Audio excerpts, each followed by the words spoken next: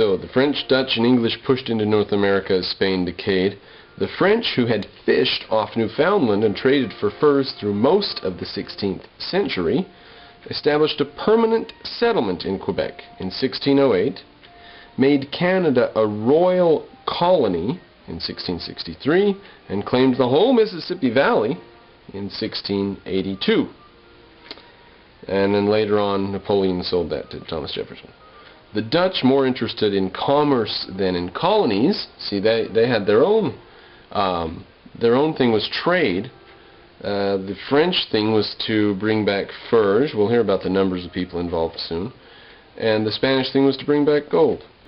But the Dutch were interested in commerce and colonies, in commerce more than colonies, and established a post at New York, which I think was originally called New Amsterdam, in 1624, and by mid-century a flourishing trade and fishery in the North Atlantic.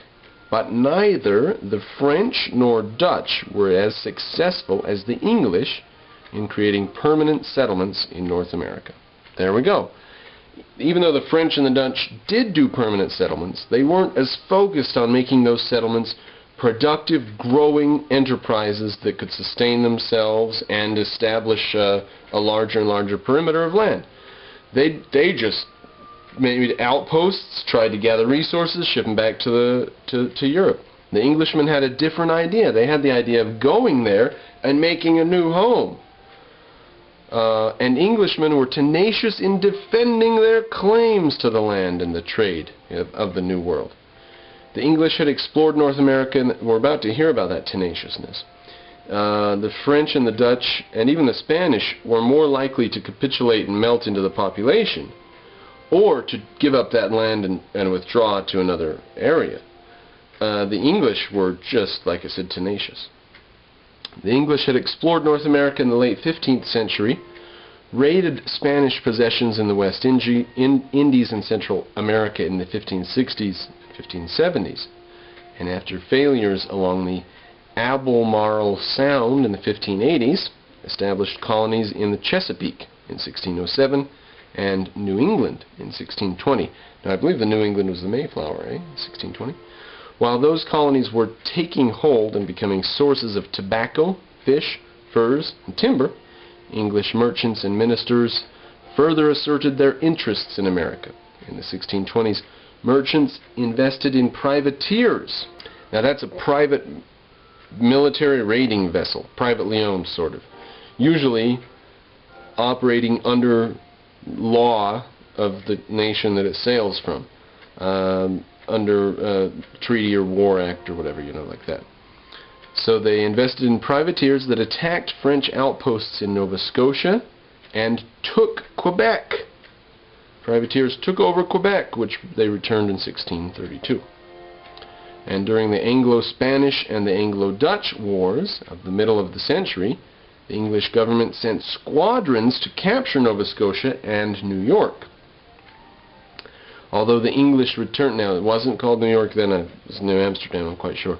Although the English returned Nova Scotia to France in 1667, they also adopted laws for navigation acts, 1667. They also adopted laws to reap the principal benefits of all trade with their American colonies. Now, the laws that they adopted in 1667 were called the Navigation Acts. It should have been called something like the Trade Restrictions, or something like that. Navigation Act is a euphemism for trade restriction. Now, as I've said in other video series, it's a fallacy to think that there used to be a lot of freedom in society, and it's only Marxism and statism that have brought in the idea of state control. Actually, state control is the oldest idea in history. The state used to control all shipping. In fact, if you go back into Venice, which was the most flourishing city during the Renaissance, the state owned all the ships, and if you wanted to buy a ship, you bought it from the state or leased it from the state, because they are the ones who manned it. They're the ones who said where it was going to sail and when it was going to sail and who was going to make how much money. And that was a very prosperous city. Imagine how the other areas to live were. So, fallacy to think that control is a new thing. It's not. They called these the Navigation Acts of 1651. but they and 1660 and 1663 and 1696 to quote, reap the principal benefits of all trade with their American colonies, end quote. It's just saying the American colonies cannot buy this, this, this, this, or this. Like, for example, they wouldn't be able to buy certain tools and stuff that would allow them to make other certain tools that would make them independent of English manufacturers. They couldn't buy certain technological items, certain machines, and certainly they couldn't buy from other countries, because if the Americans do want anything, you want them to get it from Britain. Now let's say they want straw hats that are made by the Spanish, and British don't have straw hats. Well, to hell with them, they don't need straw hats. Let's just make a law that they can't buy straw hats, and then they'll buy something else that the British make. They'll just spend their money on something else for them. Well, actually what they do is they set up independent manufacture in America, but that's illegal. That was illegal as well. So all just part of controlling the economy, the Navigation Acts were. But let's continue. About King William's War, 1689 to 1697. The English colonists of North America found the French and Indians together a far more formidable enemy than either had been alone. Although, no, you've heard of the French and Indian War too. Although the total English population was nearly 20 times larger than the French. 20 times! That's enormous. I mean, modern-day China is 4 times as many people as America. India has 3 times as many people as the United States of America. 20 times. The English outnumbered the French 20 to 1 in America. Okay, the population of New York and New England was only 4 or 5 times that of Canada, and it was far more difficult for the English to coordinate their efforts, divided as they were in separate colonies, than for the French, who lived under one centralized administration.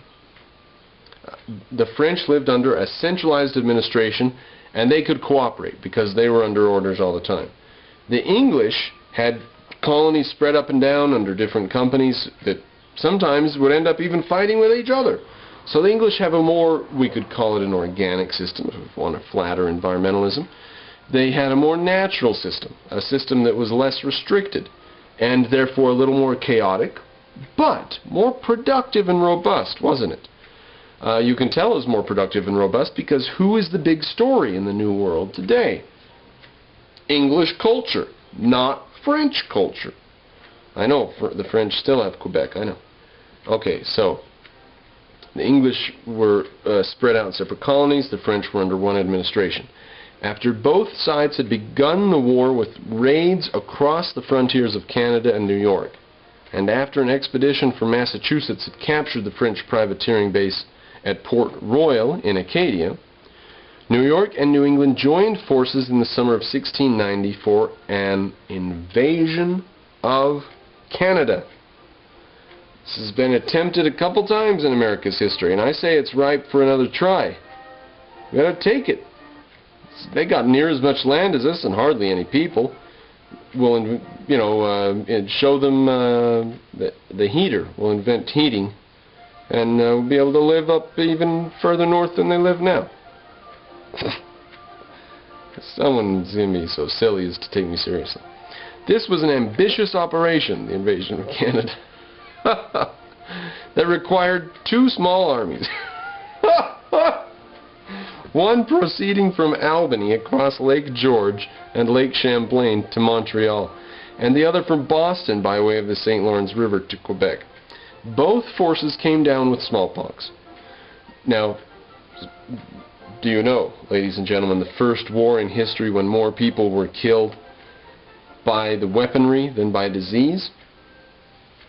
I've heard 3 of them, and I don't know which damn one it is. World Book Encyclopedia tells me it was World War I, but I've also heard that it was the War of 1896, the Crimean War, because they were using American technology from the Civil War. And I've also heard, by the way, that it was the Civil War.